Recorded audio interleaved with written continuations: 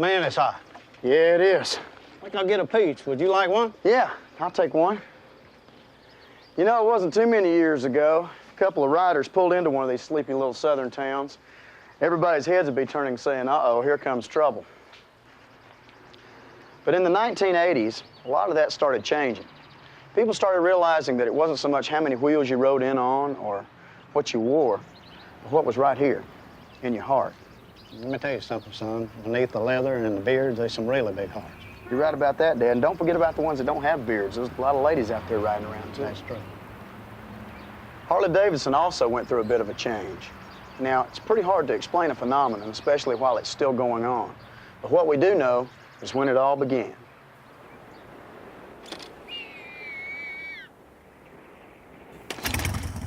In 1981, a group of executives and family members bought Harley-Davidson back from AMF. It was a risky move only a dedicated few would take. There were massive financial obstacles to overcome, but one challenge stood out. They knew they had to build a better motorcycle.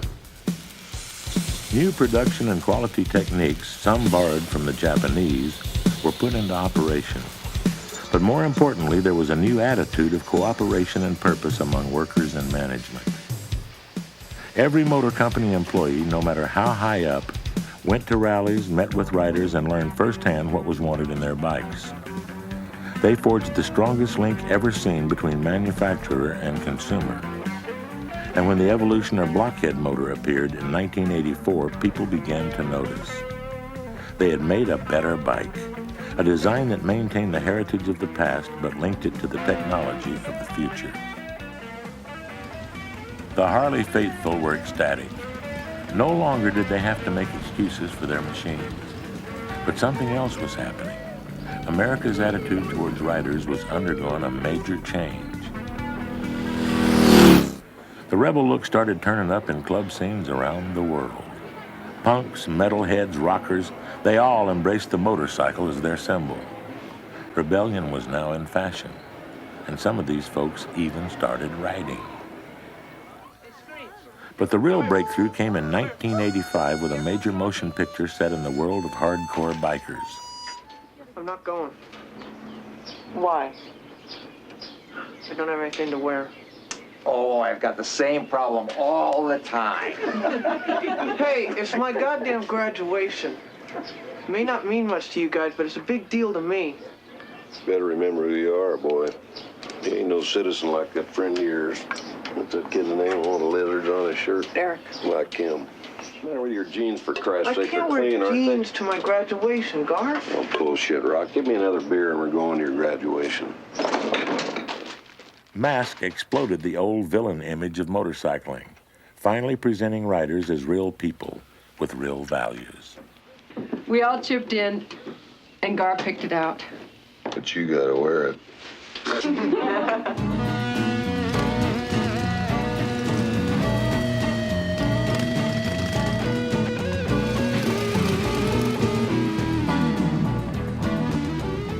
With the negative stigmas at last removed, people from all walks of life began discovering the joys of motorcycling. And no one benefited more from this new attitude than Harley-Davidson. At a time when the motorcycle market was shrinking, Harley sales skyrocketed. In just 10 years, Harley-Davidson went from the brink of bankruptcy to become the most successful motorcycle company in the world. This was an amazing turnaround, one that only added to the mystique. Rallies such as this in the tiny town of Sturgis, South Dakota, reached record levels of attendance, drawing hundreds of thousands of riders from all over the globe. From all social and economic backgrounds, they shared one thing in common, a passion for the American motorcycle. Perché la Harley-Davidson ha visto me e io ho visto lei. Perché mi sono innamorato come una donna. Dove vedi tante donne, la più bella, la più fatta bene, la più affascinante. When you're on a Harley, you participate more with the nature, and nature is very much present in your country. 子供の頃、やっぱりアメリカのハーレー・ダビッドソンを見てとってもかっこいいと思いました。Harley-Davidson's rock and roll and cowboys. I guess it's probably the only three uniquely American things that we've ever exported. Harleys are Americana, all right. They are an American tradition. And if there's a little bit of rebel involved, well, that's an American tradition too. Just ask James Dean or Robert E. Lee or even George Washington. But that's only part of the appeal. Motorcycling is a joy that can be shared by all generations in all parts of the world. It's exhilarating, cathartic, a powerful release from the stress and regimentation of modern life. For some, it's even become a spiritual experience. Driving's kind of like breathing, see? You can't think too much about it. Now, the greater your rapport with the vehicle, the greater the joy. Okay.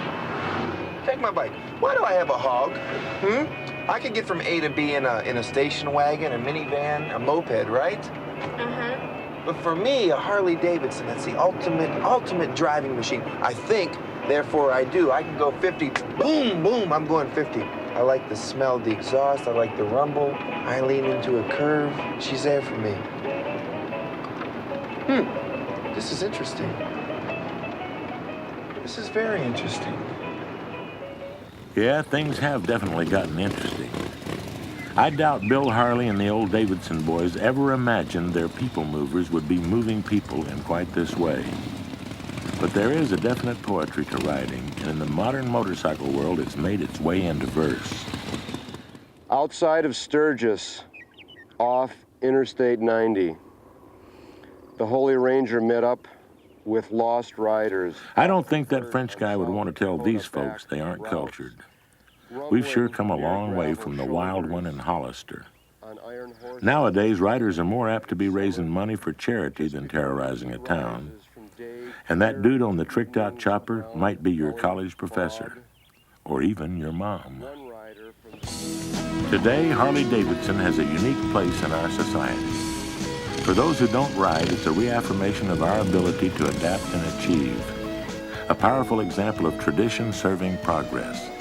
A standard of success for American industry. And for the riders, well, Harleys are almost a lifestyle, a culture that translates into all languages. It's a brotherhood and sisterhood of remarkable diversity, an international club of rebels and citizens, of nonconformity and commitment. It's a brotherhood of free spirits and adventurers, a brotherhood for those who like to do their rockin' and rollin' on the highways. Come on!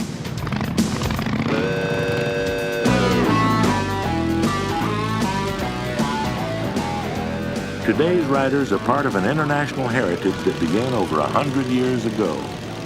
Sharing the dream, feeling the freedom, riding into motorcycling's second century. They are the next chapter in a grand tradition, the tradition of Harley-Davidson, the one and only American motorcycle.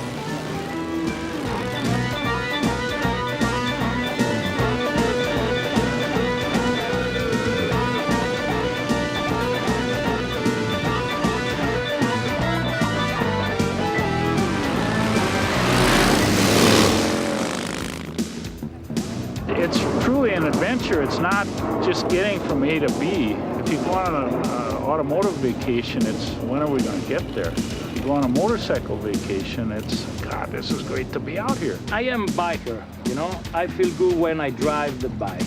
I also have the Ducati, Moto Guzzi, BMW, you know. My love is drive bike. There's a place you have to get quiet sometimes to work. And if I can't